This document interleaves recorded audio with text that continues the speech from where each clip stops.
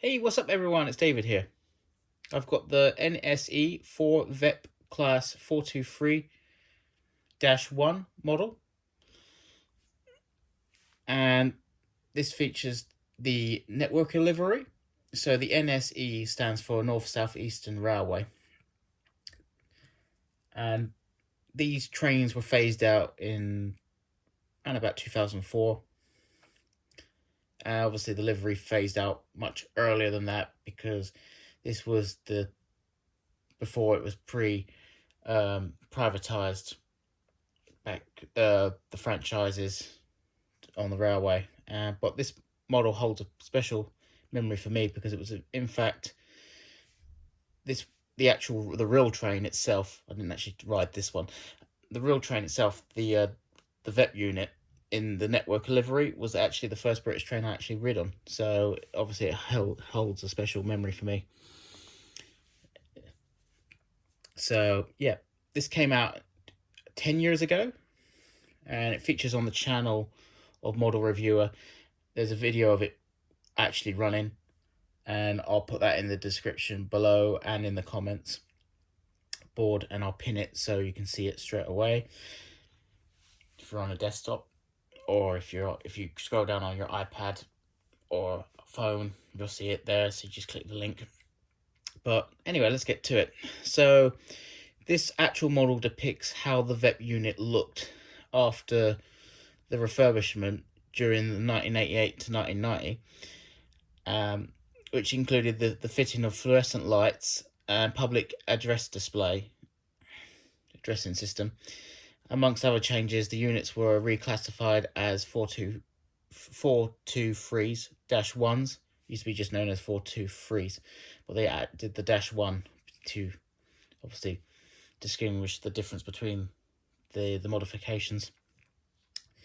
So Hornby's example is representative of the relevant unit after the changes and carries the pre-privatization livery of Network South East. So yeah, let's go to the unboxing now.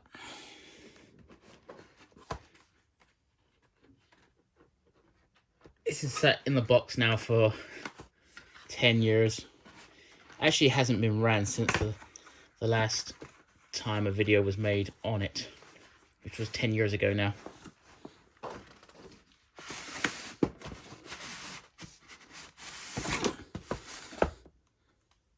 Okay.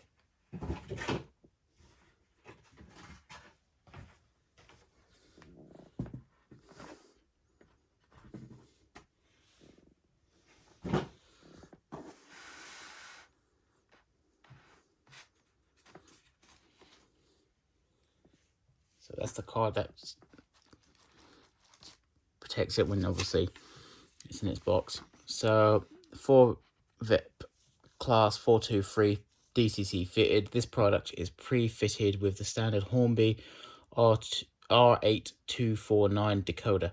The model also contains interior and exterior lighting, which can be controlled using the DCC controller as follows: function 0, exterior directional head code lights on/off; function 1, interior roof lights on and off.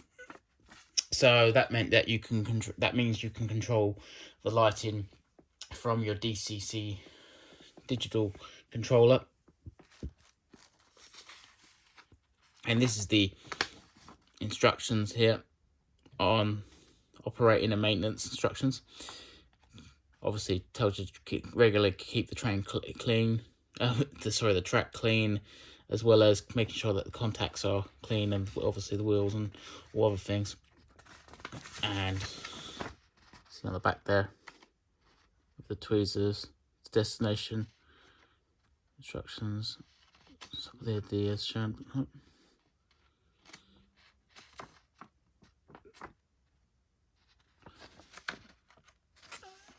Spares and services. Some are obtained front to offer repair services.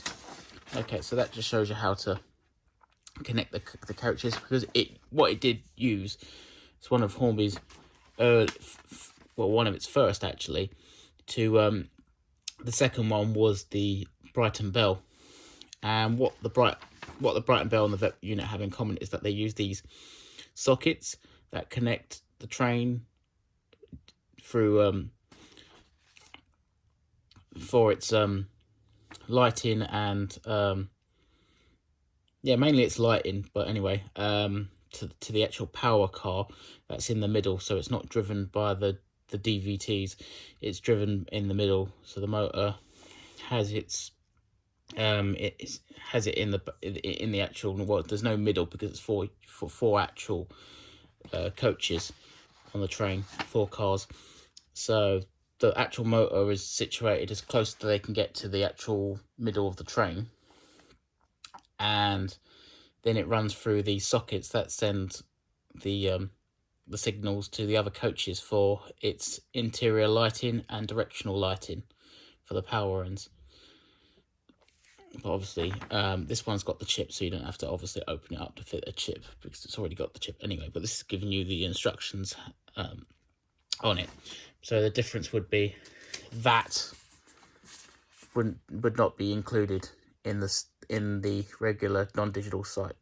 But obviously, Hornby's reissuing this for the 2022 range, and they're not doing it as a digital version. So that's more relevant than ever, that sheet there. But you'll get that sheet with your new model anyway, so you don't. But okay, so that's obviously the decoder instructions here.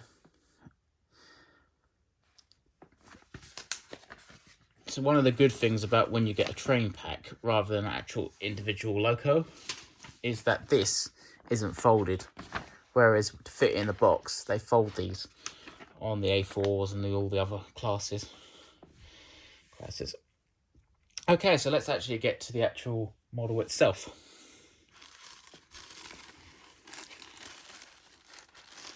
So this is the DVT end. This is just a dummy. There is no motor in it.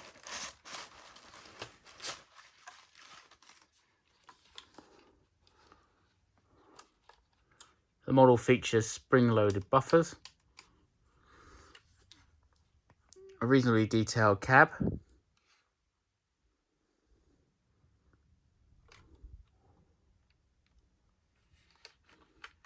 you've got the window wipers, the running number, then the warning for electricity side. That's the headlight of the train, and it had on it a pocket NEM pocket coupling, but that was removed because it was a known fault that it would actually derail left on with the spring loaded unless it had the actual weights forming to couple to another VEP unit.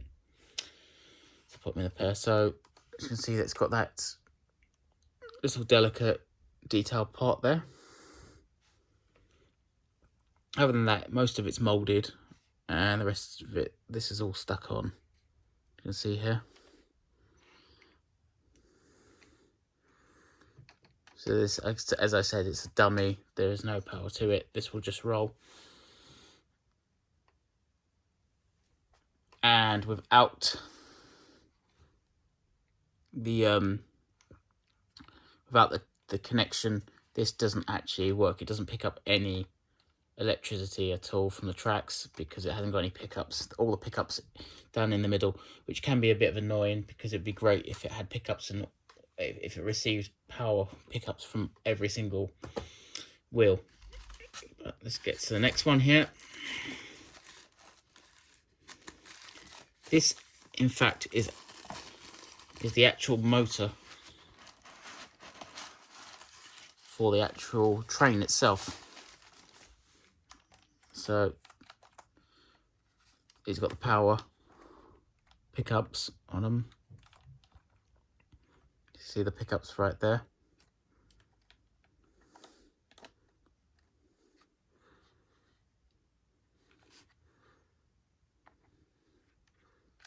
It's right there, pickups. This is the motor itself, the unit here.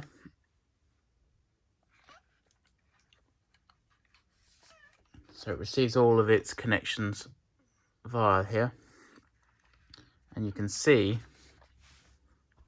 the motor isn't hidden at all. You can actually see it through the window, which is one of the main complaints what some modelers had about the model. But I guess for me it wasn't really much of an issue, but for some, obviously there's still, because maybe they could have put a much more smaller motor in that was hidden underneath the actual loco itself, inside the bogies. Obviously that would add to the cost of the model, so they were making it for a price. But as you can see, it rotates through the actual model itself there. See it moving. So that wasn't very well hidden, but you know, hey, factor. If they could have stuck it somewhere here more centralized, well, less centralized, be off size, maybe might have worked better. Okay, so the next one is again a center car, but unlike the one I just showed you just a second ago, this is just a coach.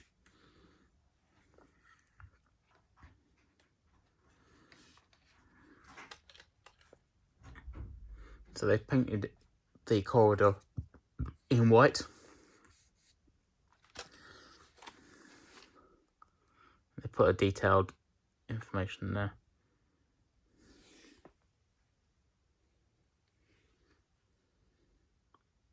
Just focus.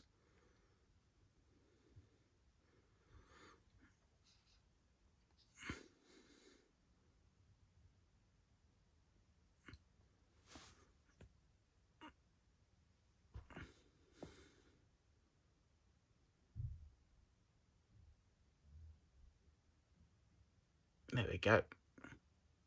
So read it. So the roof is just molded plastic. There's no individual details that are fitted to the actual model itself. They're all, like I said, just bonded plastic, molded plastic to the actual model itself. So when it came out of the press, these slightly overhang these strips here. You can see, but you can see on this side here, yeah, they overhang, and they do it on both sides.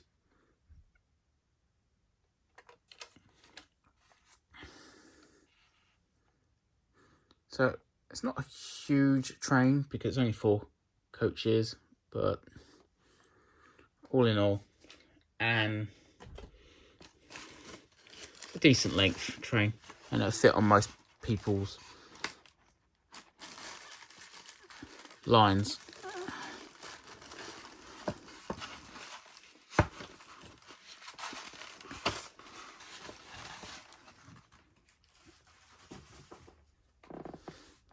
So again,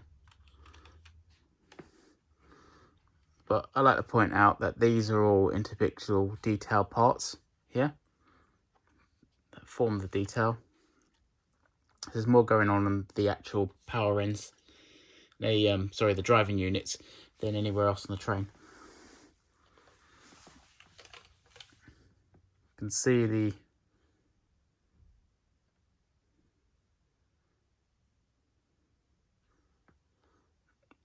if we can get a little bit of a better angle. There you go. These stuck on horns.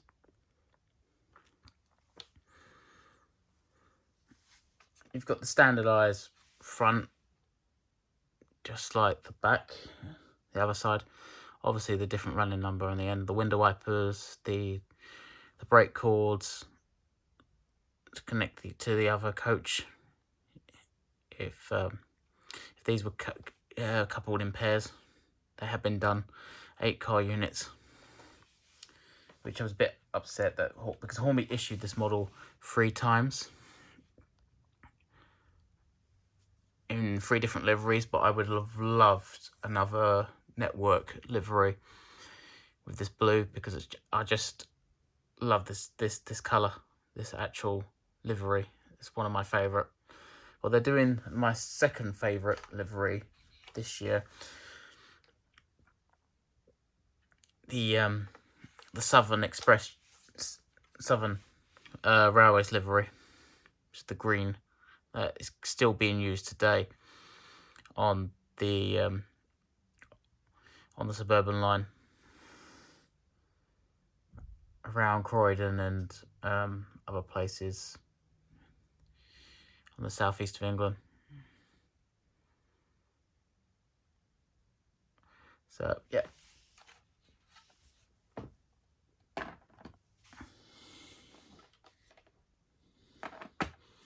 So I'd like to point out, when coupling these were quite fiddly, so you had to just get them just right. But if you weren't careful, you've got to look on both sides to make sure that the pins both go in.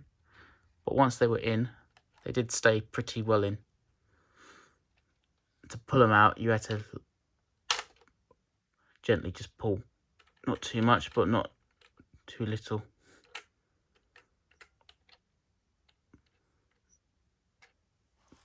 Let's try that again. Yeah, they're in line.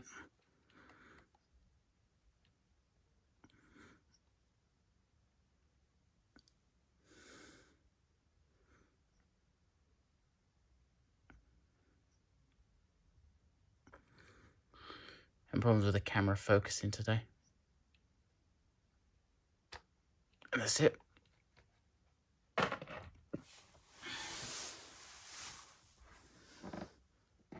Because these are obviously no motor, you can just push and pull them.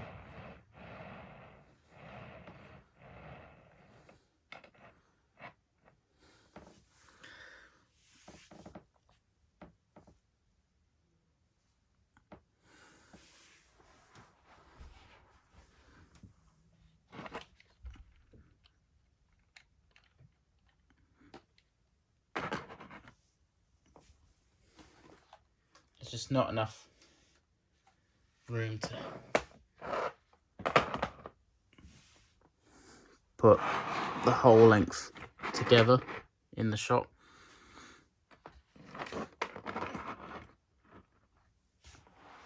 But there I said, there you go. That was my childhood train that I first travelled on. So thanks for watching. Don't forget to subscribe. Bye for now.